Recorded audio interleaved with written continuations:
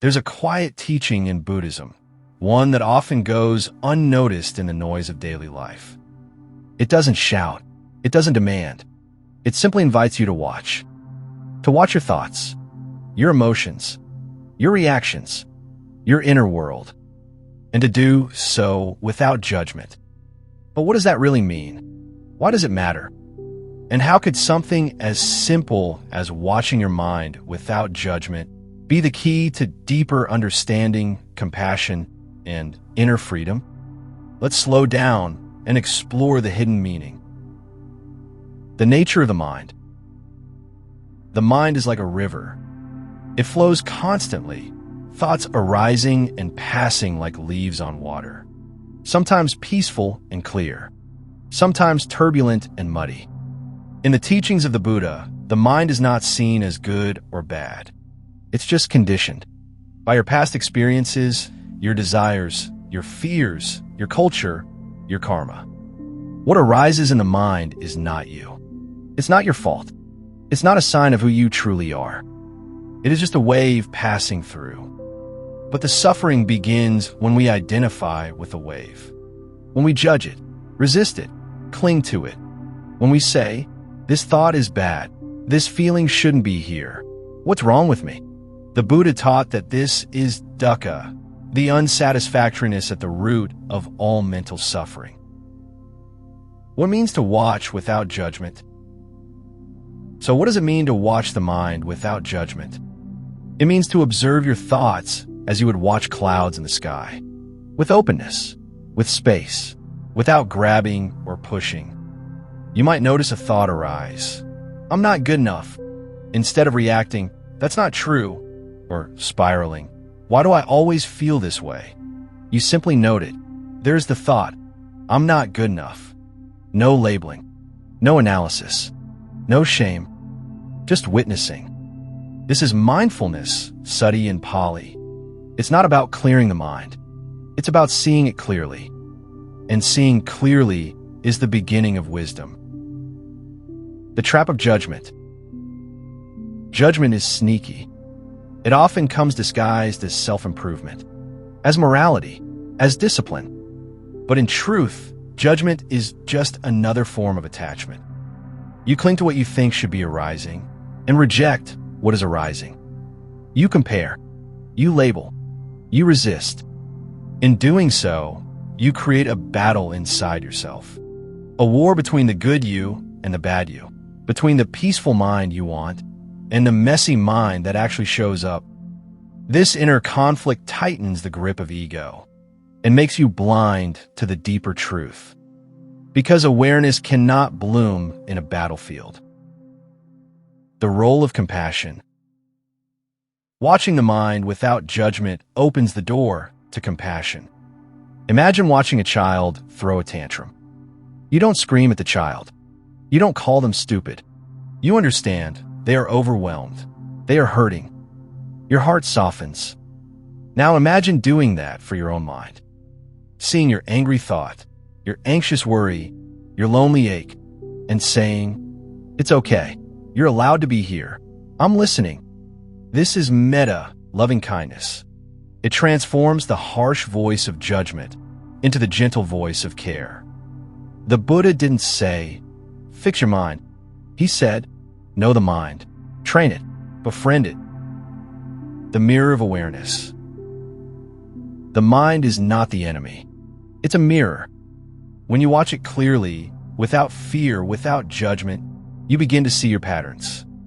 You notice how fear often masks itself as anger, how loneliness hides beneath craving, how thoughts repeat again and again like loops in a song. You start to realize, I'm not my thoughts, I'm the one who sees.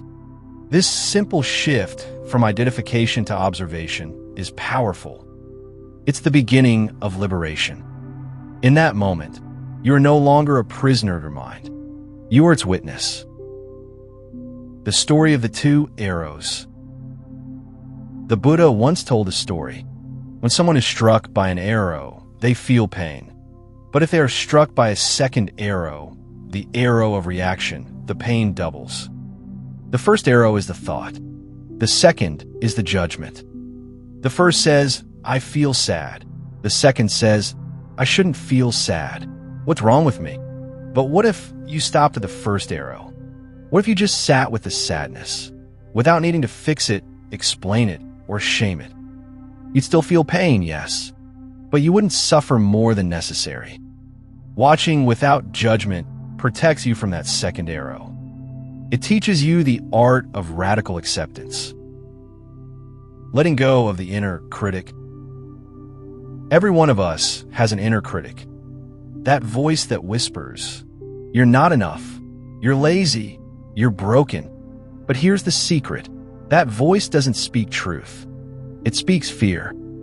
It was shaped by the world, by punishment, by shame, by expectations.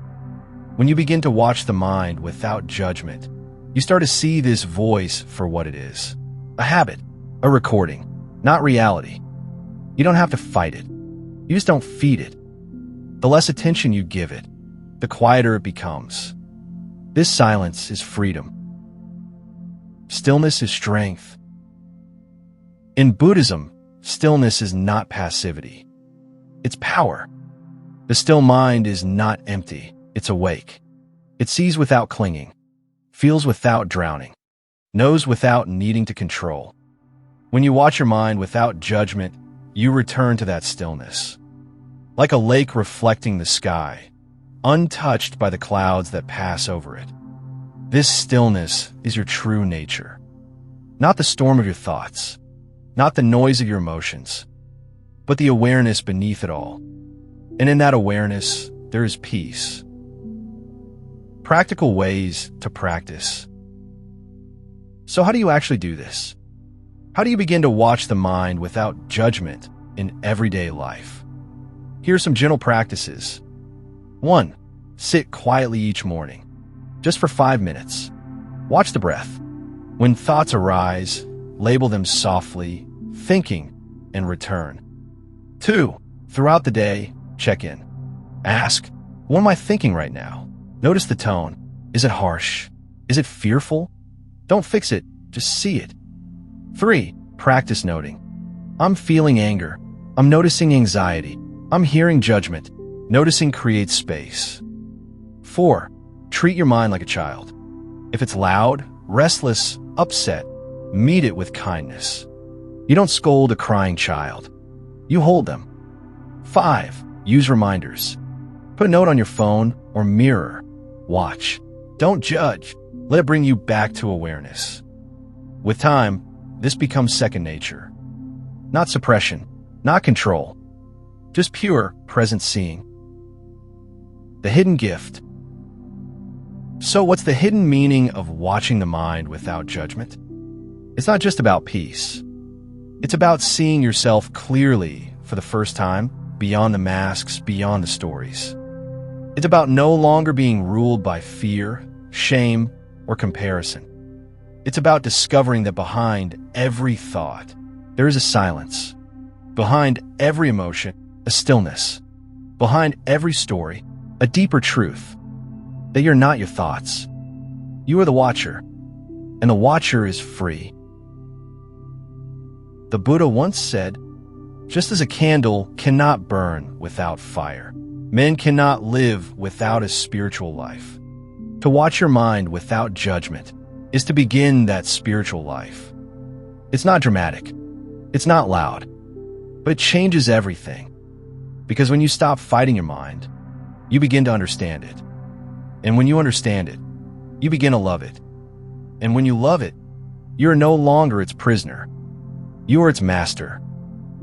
Awareness is freedom. Watching is healing. Subscribe for more Buddhist wisdom and inner peace.